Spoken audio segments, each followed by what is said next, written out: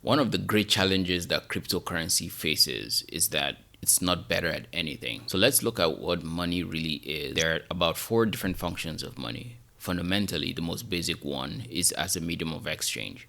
Now, let's take money as a medium of exchange, right? That's simply the trade of one item for another. You trade money and you get something in return. Is Bitcoin better than regular traditional money in this? Not yet. Bitcoin still has a lot of high transaction fees. That applies to both Bitcoin and Ethereum. They have high transaction fees, which means that by the time you're done with the transaction, the cost to you of making that transaction is higher than you would have had if you had just used cash. That's the first thing. Now, there are a bunch of projects working on this right now, and there's one I know about that is actually doing a pretty good job of bringing down the transaction cost of using cryptocurrency. But fundamentally, it's not better, it's actually worse. Now, note the word I used, that Bitcoin has to actually be better, not just as good as money. Why? Because once most people are already used to one medium of exchange, one kind of transaction, it's hard for them to move over unless the new thing they are moving over to is better. It's like the dilemma Steve Jobs spoke about, right? That there are new technologies that when he was running Apple, he saw and he was excited about. He thought this was going to be the best thing ever. One thing he learned the hard way over many years was that if the fact that a particular technology excites the people involved in making it doesn't mean it excites the customer. The customer is not in your head. They don't know much about the technology. Most people don't understand cryptocurrency or blockchain really. They are curious about it. It's a novelty, but they don't really understand it. So for the average person, for the average consumer, they're looking at, will this make my life better or worse? Now note that there are products that are actually better that never actually catch on, right? There are people usually say VHS versus Betamax, for instance.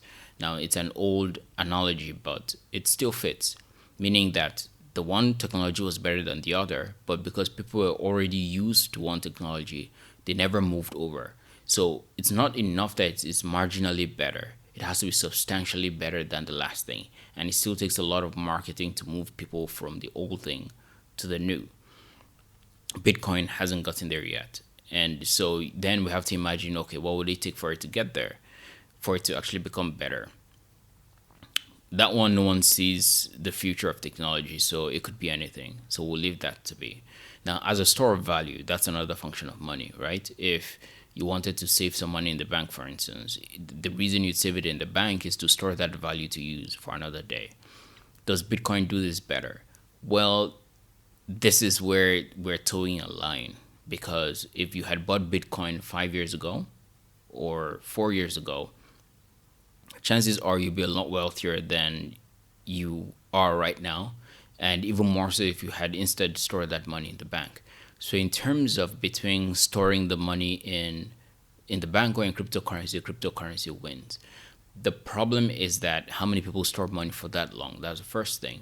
So people who actually store money for that long, in this case, people who store cryptocurrency for that long, are instead trying to invest, right? And as an investment, Bitcoin is a risky investment, especially at this time.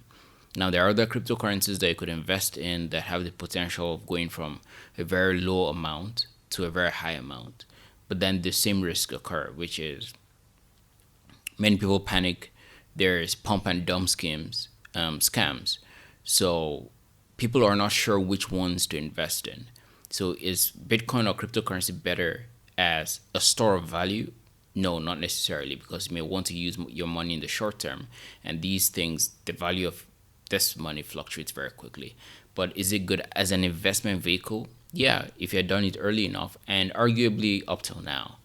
Now, the one place I'd say that not Bitcoin but blockchain technology is better, and the craze is concerning, but the fundamental technology is sound, is NFT. NFT actually does something fundamentally and extremely better than traditional means. What do I mean by this? So before NFTs came along, Blockchain technology always existed, or at least existed for as long as Bitcoin has and Ethereum has. But art, right? Art, the only means of trading art was through traditional means. You go to an art showroom and you take a look at a particular piece of art. If you like that piece of art, you buy it. That's the end of it. NFTs have taken that and has taken it to the digital realm.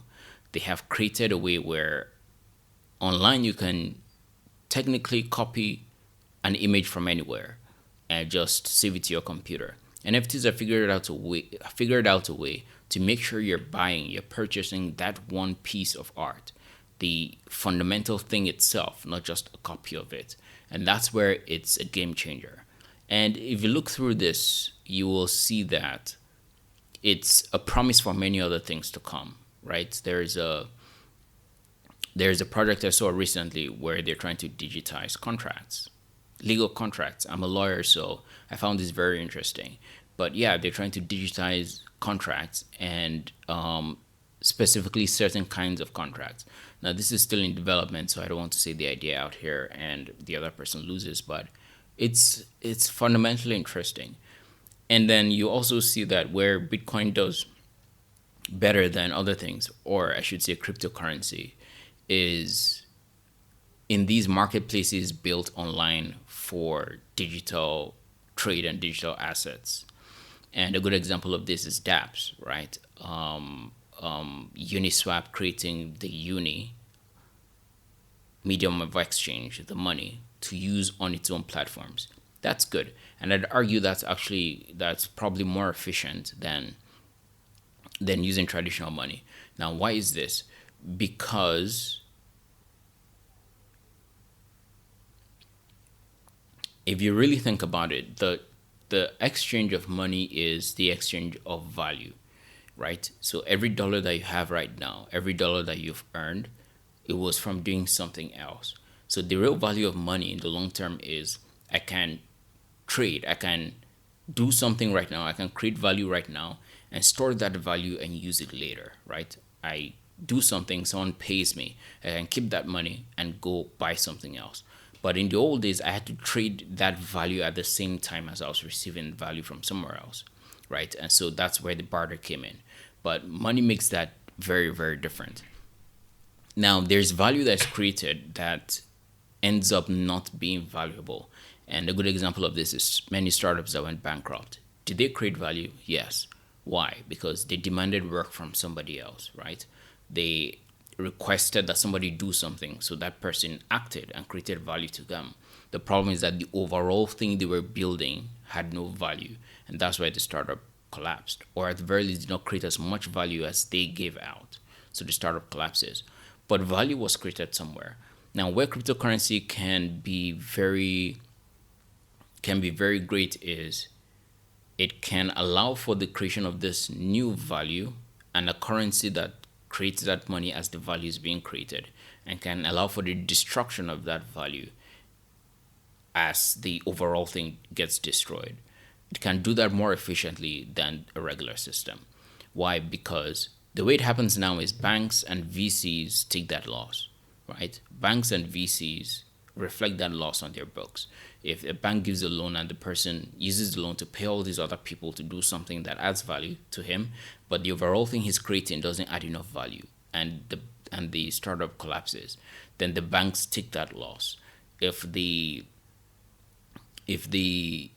VCs invest in a startup and the startup grows to this point, but the startup doesn't realize its promise, then the startup fails, the VCs lose money. But was value created along the way? Yes, in specific actions.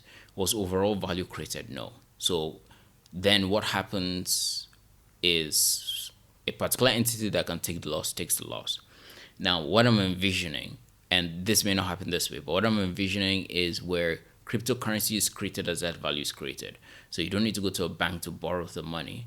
You can, in essence, borrow the money from the blockchain itself and use that to make payment. But there still needs to be balance somewhere. There still needs to be a ledger so that people don't just claim they're creating value and then don't end up creating it. So at the end of the day, cryptocurrency may end up being just kind of like a digital version of having a bank. But I think that it has the potential of doing it more efficiently, more equitably, and by that I mean based on the merits of the idea rather than other externalities that you may have with human beings. And we'll see where that goes. But I'm looking forward to seeing the future of NFTs and and the blockchain technology in general, and where that will take humanity moving forward. Thank you guys for watching, and I'll see you guys in the next one. Bye.